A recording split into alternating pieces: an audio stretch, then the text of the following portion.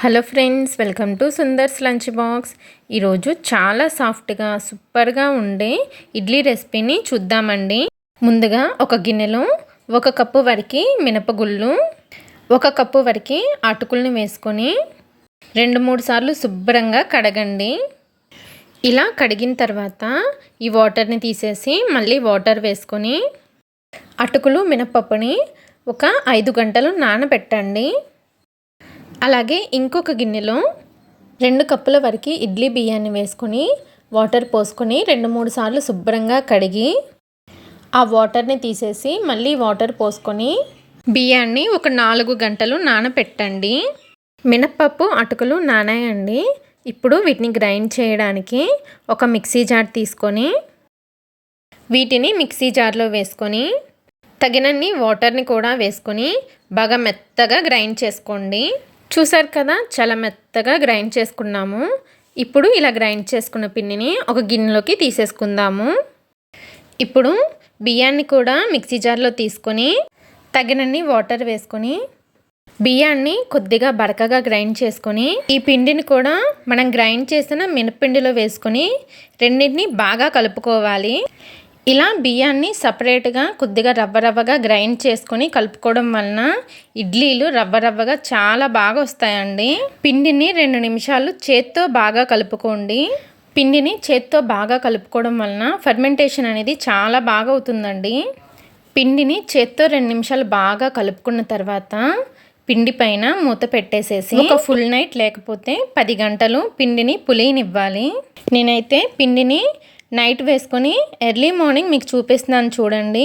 పిండి చూసారా ఎంత బాగా పులిసిందో, బయటికి కూడా పొంగిపోయిందండి. మీరు ఎప్పుడు పిండిని చిన్న గిన్నెలో పులియ పెట్టకండి. నేను కొద్దిగా చిన్న గిన్నెని తీసుకోవడం వల్ల పిండి బయటికి పొంగిపోయింది. తర్వాత పిండిని ఒకే డైరెక్షన్లో ఒక్కసారి కలపండి. మరీ ఎక్కువగా కలిపేసేయకండి. మరీ ఎక్కువగా కలిపారంటే పిండిలో ఉన్న ఎయిర్ గ్యాప్స్ పోయి మనకి ఇడ్లీలు సరిగ్గా రావు.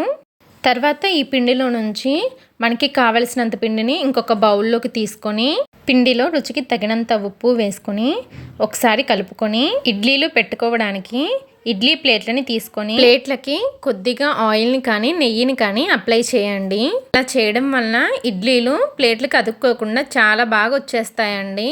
తర్వాత ఇడ్లీ పిండిని ప్లేట్లలో పెట్టుకోవాలి.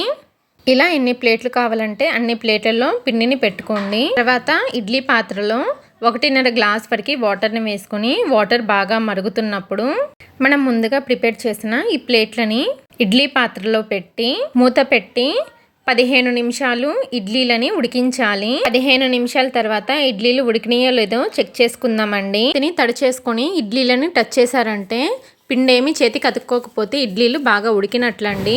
ఇప్పుడు ప్లేట్లని బయటకు తీసి ఒక 5 నిమిషాలు అలా వదిలేసేయండి. ఇడ్లీలని ఆరక ముందు తీసారంటే ప్లేట్ కతుక్కుపోయి అంత బాగా రావండి. 5 నిమిషాల తర్వాత స్పూన్ని తడి చేసుకొని ఇడ్లీలను తీయండి, చాలా పర్ఫెక్ట్గా వచ్చేస్తాయి. ఇలా ఎన్ని ఇడ్లీ కావాలంటే అన్ని ఇడ్లీ పెట్టుకోండి. ఈ ఇడ్లీలు అయితే భలే మెత్తగా చాలా బాగున్నాయండి. తప్పకుండా మీరు కూడా ట్రై చేయండి. ఈ ఇడ్లీలని పల్లీ చట్నీతో సాంబార్తో సర్వ్ చేసుకుంటే చాలా బాగుంటాయండి. చూసారు కదా, దూదిలాగా ఎంత మెత్తగా ఉన్నాయో. మీరు కూడా తప్పకుండా ట్రై చేయండి. ఈ ఇడ్లీ రెసిపీ కనుక మీకు నచ్చినట్లయితే సుందర్స్ లంచ్ బాక్స్ ఛానల్ని లైక్ చేసి షేర్ చేసి సబ్స్క్రైబ్ చేసుకోండి. Thanks for watching.